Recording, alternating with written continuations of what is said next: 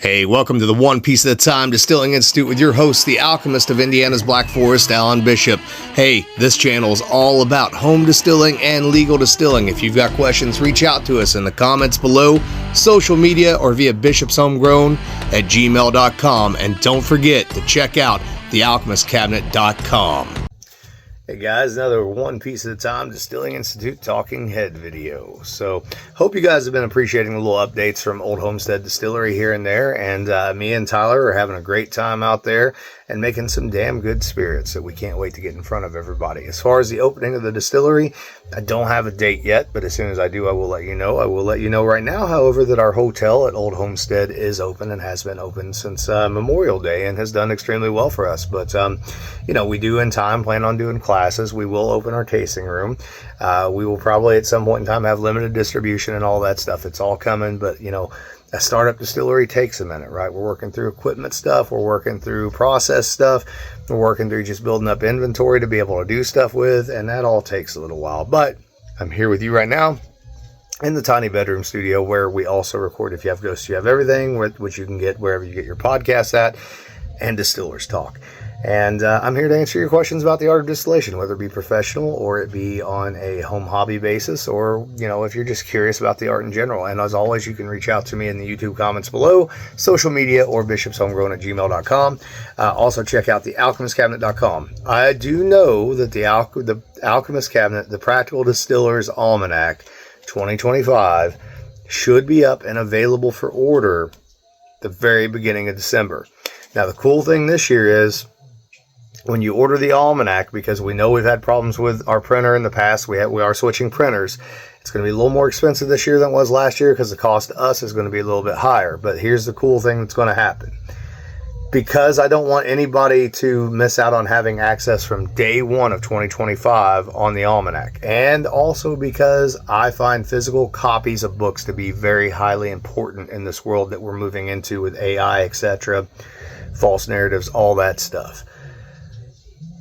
I am resistant to releasing only just an ebook, but what will happen is when you order the physical copy of the Alchemist Cabinet, the Practical Distiller's Almanac 2025, you will be emailed a link for the electronic version, so that way if the physical copy doesn't show up until sometime in January for whatever reason, because printers being the way they are and the holidays being the way that they are, you will have access to that almanac digitally at the very least to start with.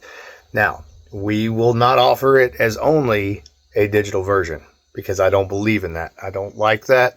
It's not my thing. This is a fail-safe though. So keep an eye out for that. And I really appreciate you guys supporting me with this almanac. I got another book that I'm working on regarding distillation and the esoteric. So it's sort of a crossover between One Piece at a Time and If You Have Ghosts, but everything in my life is a crossover. I don't categorize things the way that some other people do, that I think there'd be a great many of you that will enjoy. But that being said, let's get into some of your questions. So this is from Matthew. So first, thank you for all the great content. I don't get to spend the time I would like on this hobby with two little ones and other life obligations. But when I do get the time, I find myself always trying out something I have gleaned from one of your videos. That's awesome, man. I appreciate that. Distillers Talk has revived my plans to work towards trying to open a craft distillery on a shoestring budget. I'd fallen into the you need millions of dollars to start trap and had lost hope. Again, thank you. You're welcome. I recently made some of what I thought was grappa, but may just be sugar shine brandy. I made an inverted sugar wash that from the wine I made this year. I dumped the grape skins and about 4 gallons of wine I had, no cardboard room for, and trub into. So yeah, it's technically a sugar shine. It's also a Lee's brandy. It's also a little bit of a grappa. It's kind of a hybrid of a lot of different things. I did 2 stripping runs with just the wine, which is why I think it may be a brandy and not grappa. Then a 2 slow spirit run. I wound up with 1.25 gallons of hearts at 80% ABV that I was going to proof down slowly over a few weeks.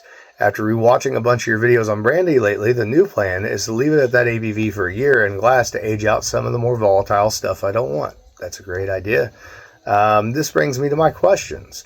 I was going to use part of this brandy to make Eric. I assume a scholar like you knows, but if not, think ouzo, but only anise seed and a small portion of either apple or wheat. I've been told the apple or wheat is the sweetened Eric.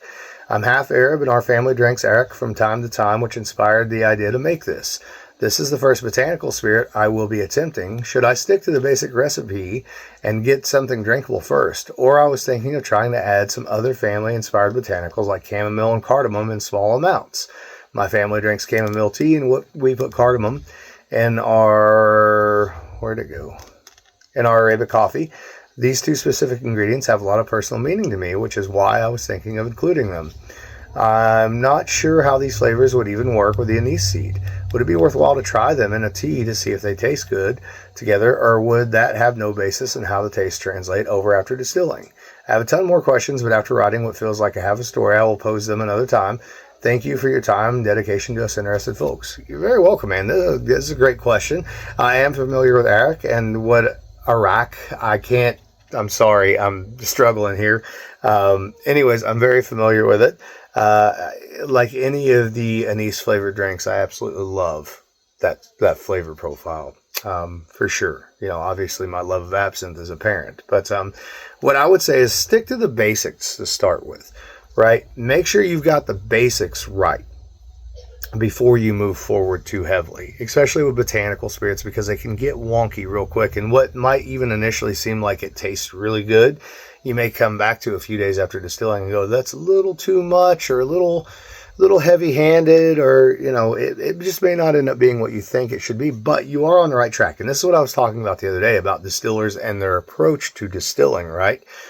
Your approach here with your ideas about your extra ingredients is ideal. That's perfect. That's what you want. That passion, that find the thing that means something to you, right? Something that means something to your culture, who you are, how you grew up, the people you were around, your ancestors. That's the approach that distillers should have, right? Of sort of memorializing the different senses and the things that you've experienced in your life. So anise and coffee go together extremely well. I love absinthe and coffee mixed together or taken separately at the same time.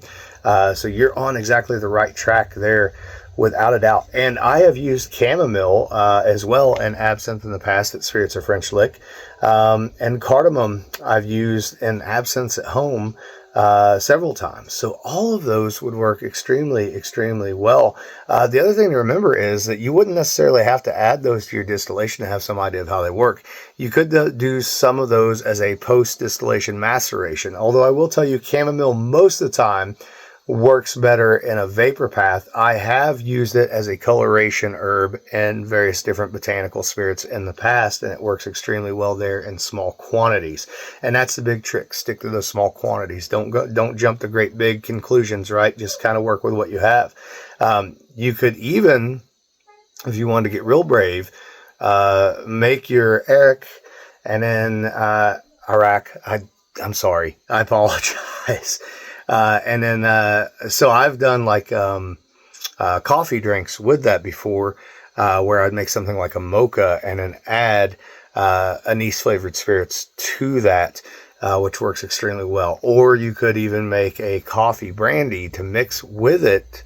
There's so many different options here. You're on the right track. All these flavors you're talking about will work well together. You're just going to have to experiment to find what you like and how you want to go about doing it. And I find it highly encouraging that you've reached out and touched base with me, man, because this is awesome. I love hearing about different cultures, different backgrounds and their spirits, who they are, where they come from, and people still out there paying tribute to that, man. I think that's awesome, dude. This made my day. 1,000,000% this made my day. So thank you very much for sharing with me. Let me know what you end up doing with this, because I'm very curious how it turns out for you. And if you have any questions that you need answered, personalized questions about doing this as far as ingredients and things like that, reach out to me at my email and I will help you in any way that I can, because I think you're on to something cool. And, you know, botanical spirits excite me greatly. So let's see what else we got here in the pile. Okay, so this is from Nige. So I am a fan of double pot distillation, but was wondering about the theory of adding plates to a single distillation to mimic a double pot run. If I had a 20-gallon pot and were to use 4-inch bubble plates, how many would you recommend to use? I was thinking somewhere between, I think that's 1 and 3, and would like a more informed decision to go by. I would plan on no deflag and just use passive reflux from a partially packed column. I also have an onion and wonder if that would be useful in this scenario. If so, do you think between the pot and the bubble plates or between the bubble plates and the column would be a better place to position it? I have a few tests to run, but just looking for a good starting point. Many thanks, Nige. So, Nige, great question. So typically, I will do a single plate, and Wayne at Ozark Steelworks does a single plate quite often. I would tell you, you would be much better off to, I mean, unless you're going to force that's a funny way of saying it, force passive reflux, but it's kind of what you're doing with like a fan or something of that nature on that column. I would highly recommend getting a D flag that you can tune in with a needle valve, because relying on passive for single pass, even with a plate, it's not consistent, right? You want to be able to hold a proof while you're distilling in order to really do this right. But typically what I would do is I'd run a D flag or something like the shocker or even the flux capacitor head, and basically hold, double pot still proof, 135 if I can, 125 at the lowest during the distillation, right? And make my cuts based off of that to sort of mimic what a double pot still distillation does. I won't tell you that you can't do it with passive reflux. You can, it just isn't going to be consistent from time to time.